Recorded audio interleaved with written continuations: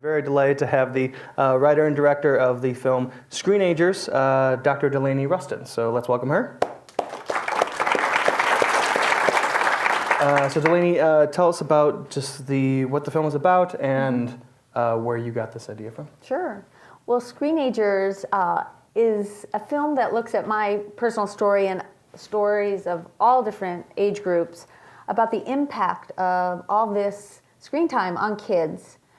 And, you know, really as a physician, I was interested in this, but most importantly, as a mom with two young teenagers who wanted more and more screen time, I was really figuring out, like, what do I do? Feeling really out of control. And often is the case when I feel this way as I start filming. And now here we are with Screenagers out for almost a year now. And it is just creating a huge movement, and I'm really excited about that, and excited to be here at Google talking about it. Yeah, what has been the response from parents and even from some kids or teenagers that you've shown this to? Yeah, I mean, parents really want solutions, and so I really made sure that the film was about that. And what I really wanted to do is get people talking, because it was interesting. I had been doing films on mental health issues, and I did one, for example, on global mental health. Trying to find people in China and India to talk about mental illness is not easy. I came back here, trying to find parents to talk about struggles in their home was so much harder. And I realized how private parenting is. And so I wanted the film to be shown in communities and get kids, parents, teachers, all of us talking about how are we going to manage this for our kids? How are we going to get them to manage it? And the response has been, that's great. I brought my kid. We had a great talk. We're still talking. Educators are talking now with their kids about these issues more. So that's been great. Kids really like the science, which has been fun. Sometimes they're defensive, and then it's a great conversation to have with them. You know, what did this bring up with you? You know, what are appropriate screen time limits? So it's been across the board critical in making discussions happen, and that's really what my goal was. Well, it's a phenomenal film, and seeing it and seeing it's very funny. We were laughing when I came in. The group was laughing a few times during the screening. I was laughing. What was so interesting was, I guess, what were some of the surprises that you found? Because I found a lot of surprises myself just from listening to it, like, oh wow, okay, that hits the nail right in the head. But what were some of the surprises that you found that you may not have known before, just outside of your own child? Your own experience with your own child that other parents were experiencing? Well, you know, first I have to say, when my daughter saw the film for the first time, who's in the film, here I was, I had been making it for, you know, a couple of years, and the first reaction was, I didn't realize other kids were dealing with all these issues around rules or not. I'm like, Tessa, what are we, you know? The only one dealing with this. And, you know, I think parents often feel that way too. And, you know, it's particularly interesting that parents feel self-conscious about talking about solutions. You know, you do hear parents saying, I'm struggling, but in terms of kind of saying what kind of rules they've tried and haven't tried, you feel really judged. And that's kind of that's what I really wanted to say. We got to get out there. We got to be talking about how do we decide when text should be put away and in what spaces. And that's not necessarily easy to do when it is so dopamine rich. And to answer your question in terms of, you know, surprises that I found looking at the science was, first and foremost, that there's no other age in our life than our teenage years when our pleasure center is physically the biggest, that you have the most dopamine there at any time. So it wasn't that it was our first time kiss that it was so great. It was actually that we were like pumping dopamine at that time. And so what the kids' experiences are and their vulnerability to that intense dopamine rushes from some of the most fascinating video games and all sorts of things, you know, that's what we really have to be aware of and be responsible about, you know, stepping up to the challenge that we can create balance around this. What is that? How did you do it with your daughter when you look at, I mean, you came up with this contract. I thought it was really funny, where you made basically this 4 or 5 page contract for her. And so, but what is that balance when you have, because it was interesting what you asked your daughter was, you know, why do you want a phone? Convince me why you need this smartphone, why you need this iPhone or whatever. And all my friends have it, and everyone has it. So, I mean, as a parent, how do you say no to a kid when everyone else is doing it? You know, because at that age, it doesn't matter what their parents say. It just matters everyone else is doing it, so I should be able to do it. Yeah. You know, it's interesting. One of the movements that we've started with the film is called Tech Talk Tuesday. And it's exactly about having these kind of conversations that are easy to not have to do because you're just busy and you just have a reactive answer. You know, well, I don't care that everyone's doing, right? So Tech Talk Tuesday, every week, we give discussion prompts as part of the solution, how to have these conversations. And actually, today's Tech Talk Tuesday on the Screenagers movie website is exactly that age. Well, that question of what age is appropriate to get a kid a mobile device, a smartphone. And there's a lot of discussion about it. What I've seen over making this film is, of course, kids at younger and younger ages are getting smartphones.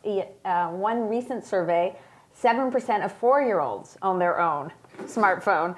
75% of 4-year-olds own their own mobile device. A lot of those are some sort of like a iPad. So, you know, if we don't stop and have these discussions about what do we do, you know, there's a big trend that we all see happening. And I don't know if we're always going to get this right. You know, when your kid asks this and asks that, and you're kind of coming up with what you feel. I think there's two things. I think we have a lot more data now in the past 10 years, so we need to be data-driven. You know, definitely this is emotional, so it's, you know, emotionally fueled. It's our kids, but it should be data-driven. And I think that when we do that, we're going to parent with integrity. And that's what we'll look back and feel good about. Rather than, it's too late, nothing I can do. It's actually not too late. If you have a teenager and they have devices in their bedroom, and you look at the study that shows much more convincingly how poor sleep affects emotional development, academic development, you might say, hey, I know you've been pretty good, you've had your phone there, I know you put it on the other side of the room where it's silent, but I'm just going to feel better because self-control goes down when we're tired, all these things. Let's talk about the science, but I think we need to all have our devices out of the bedroom. That's an example of having these kind of conversations, doing them calmly, weekly, Tech Talk Tuesday. And kids actually really respect that. You're modeling to them that you're going to do this with integrity, and it might be frustrated in the beginning, but actually they'll feel the difference and they'll be happy that you did that. Is your son getting off a little bit easier than your daughter? Because she's kind of taking the brunt of it, right? Because she's 13, I guess, when you did this whole contract thing, right? And it's interesting that you say that. So my son's a senior now in high school. And I really was kind of thinking this issue of, oh, he's an older teenager. You know, what can I do now? It's his. And I noticed he just was, when we were in the kitchen, kind of as he was moving around, just a lot more on his phone.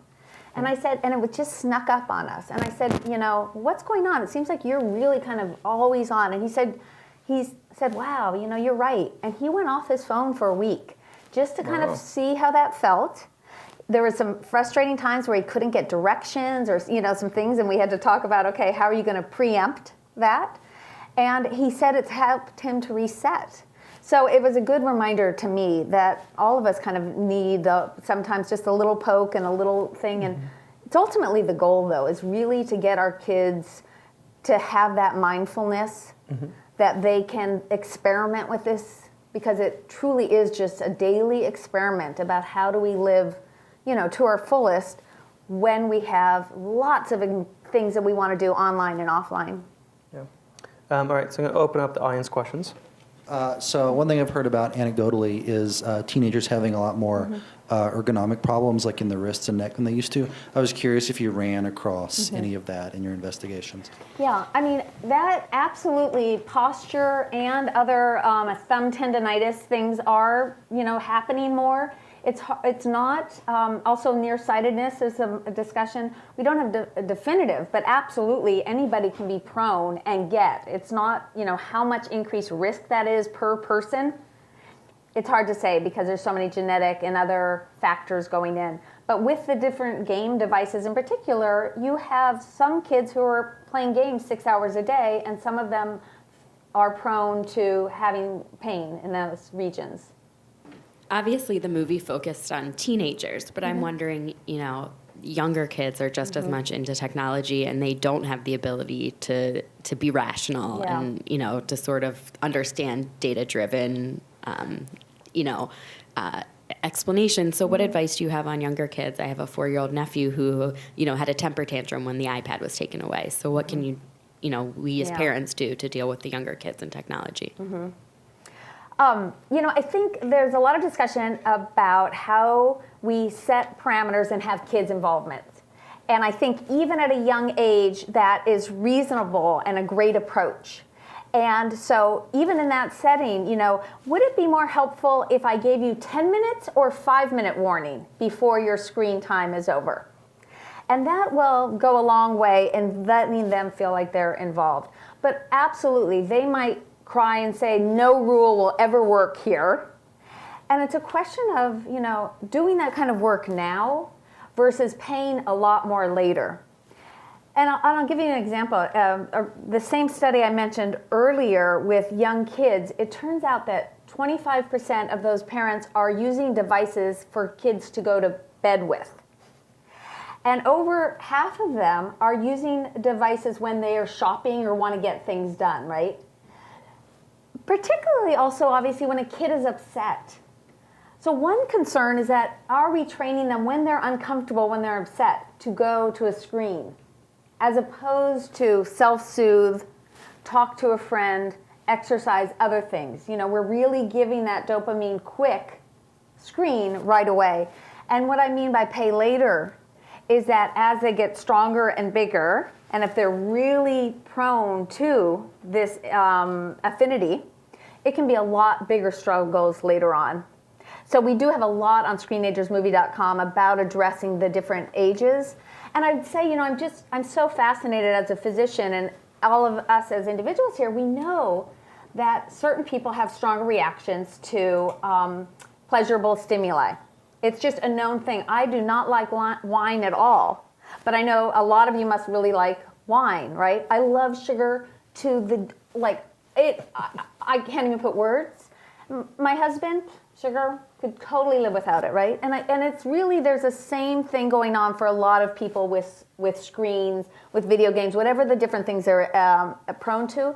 And as a parent, I would just say to have a real wake-up call in terms of, if there's a pattern where they're having really extreme withdrawal feelings and fighting and aggression around screen time being turned off, it's a good time to say, okay, I need to get really mindful about this, and how are we going to manage this? I need to read about this. I need to talk to others, and it's going to go a long way.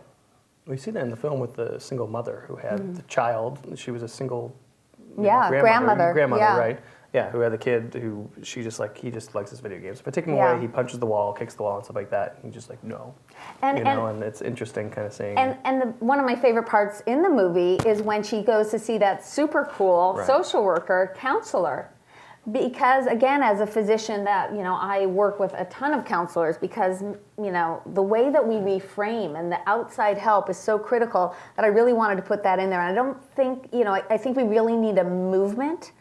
Lisa and I, my co-producer, is here with me today. I'm so happy about that. Where we're talking about today, we really need a crisis line. A Restart, where you saw that deals with kids who really do have addiction issues around screen time. They get flooded with calls. But it doesn't even have to be that high a level. But I have people now call me a lot, and I do kind of, impromptu ongoing counseling for them, brainstorming, and helping them to get new ways of thinking and approaching this, because it's intense. 30% of families in America report that they are struggling daily about screen time with their kids.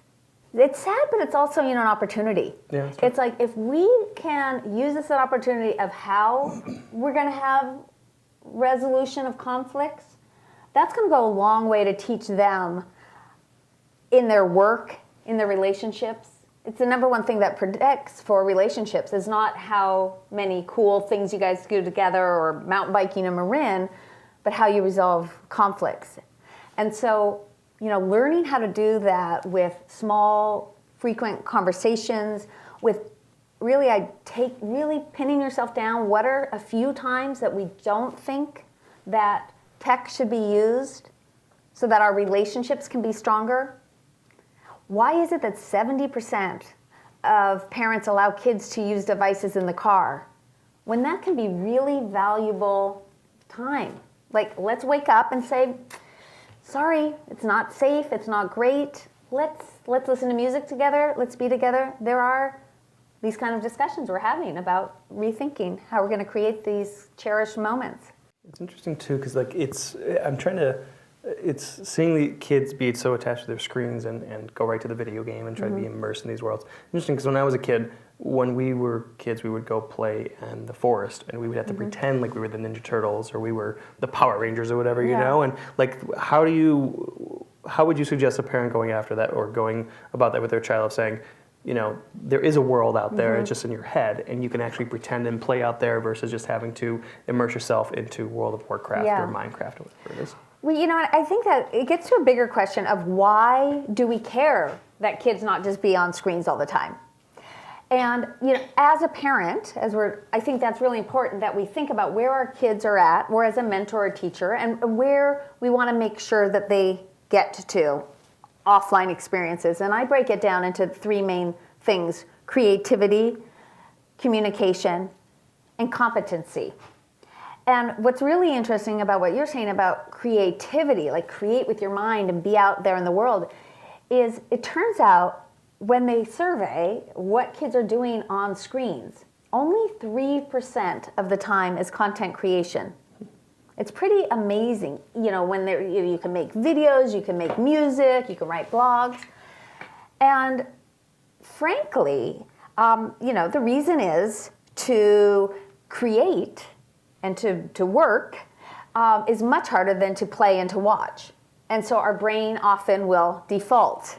Even though doing that work, you actually feel better afterwards and longer, and you gain, you know, self-confidence from what we do.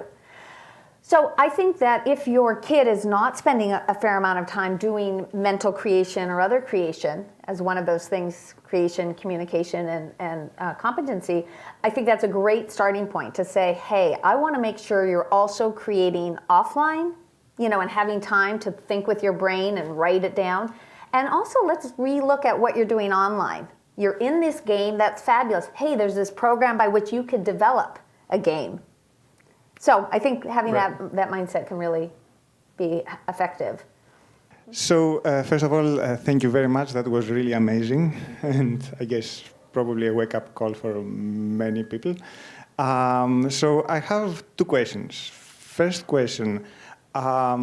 Since you also touched on the digital identity part and how we build it and how we help kids, personally I found really brave that you put your family, your own family in that movie.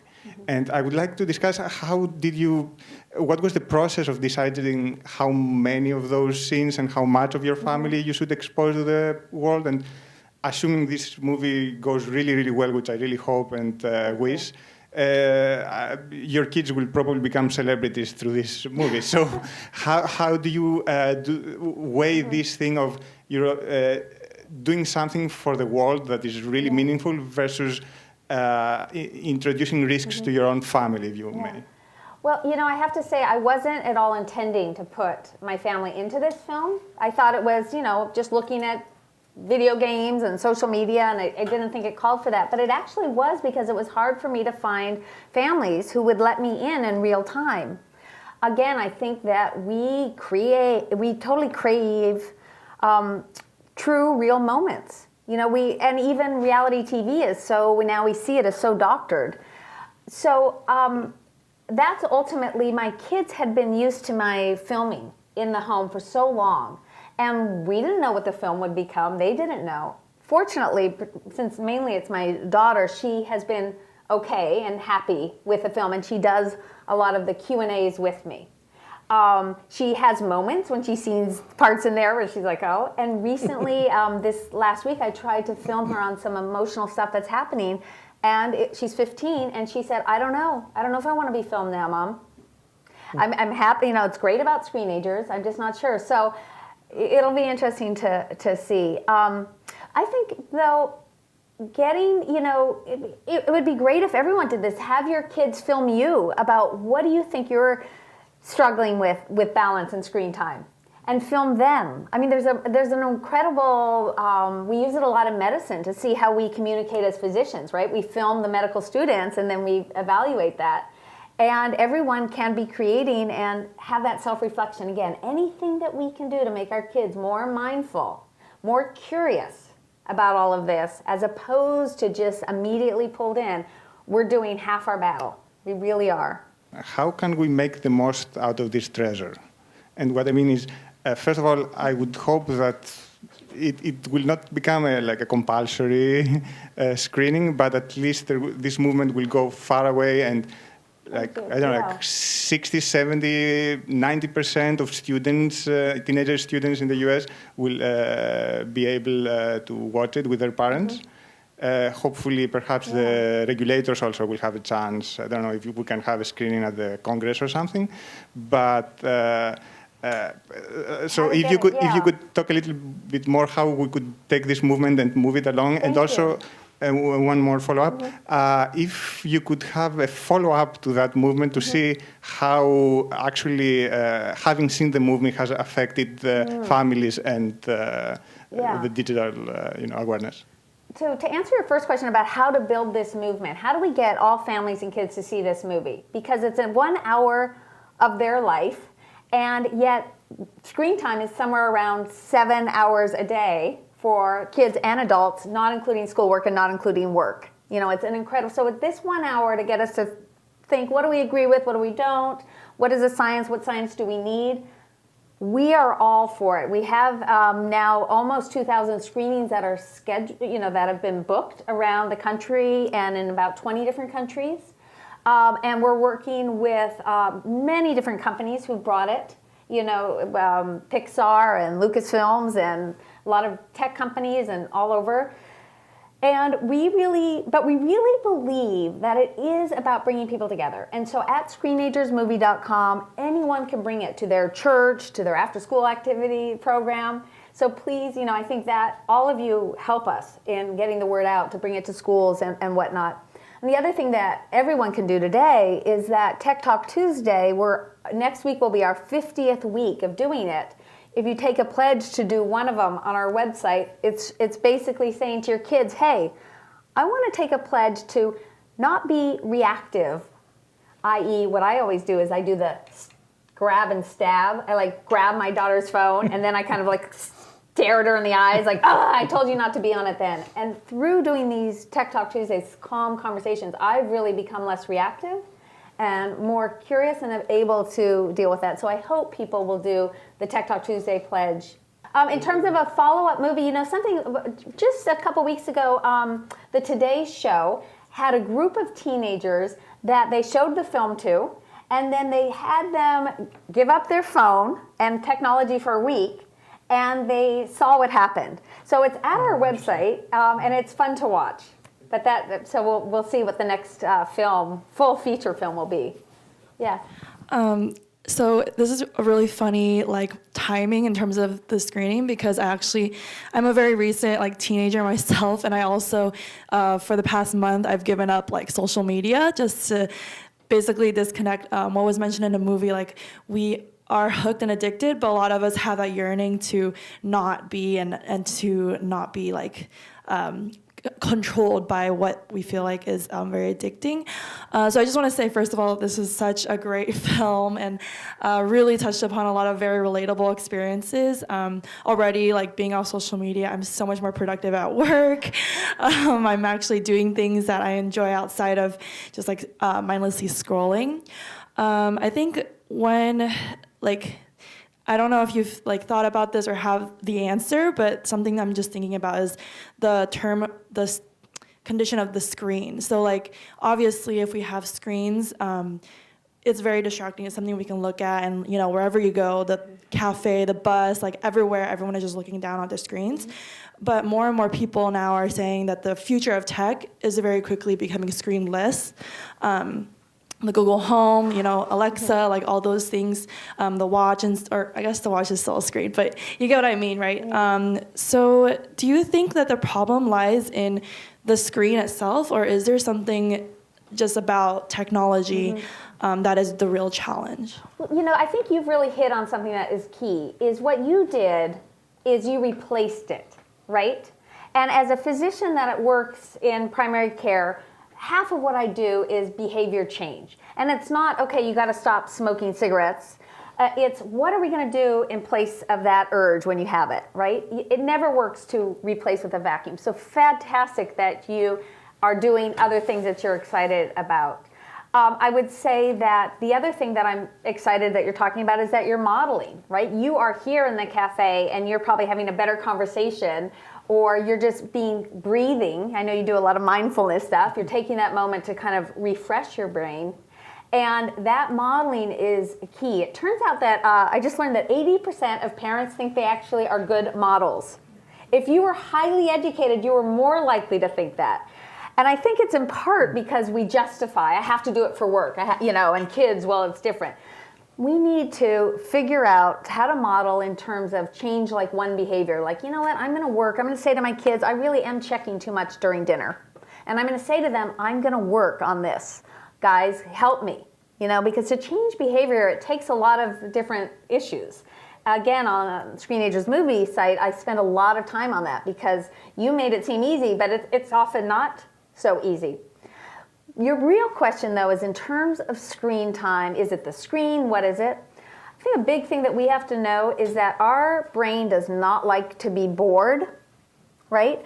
And I don't know if you just saw the study that came out in Science magazine when they put people into a room with nothing to do for 15 minutes. Over a quarter of them had the chose to give themselves an electric shock rather than just sit there, even though prior they had paid experimental money to not be shocked. They didn't like the shock. It was just being bored and sitting there was nerve-wracking. And when we give kids now these devices in the car is so much cool things driving by. If that's not kind of like cool to be like thinking and daydreaming, have the music, whatever, we're really setting them up to be more uncomfortable having those moments where there's boredom, and then our brain ideally will find new ideas to go to, right? Because bored and brilliant is a whole concept that a lot of creativity comes from those moments. But in the moment, in the immediacy, we get scared of those moments. Well, thank you so much for being here, Dr. Delaney Ruston.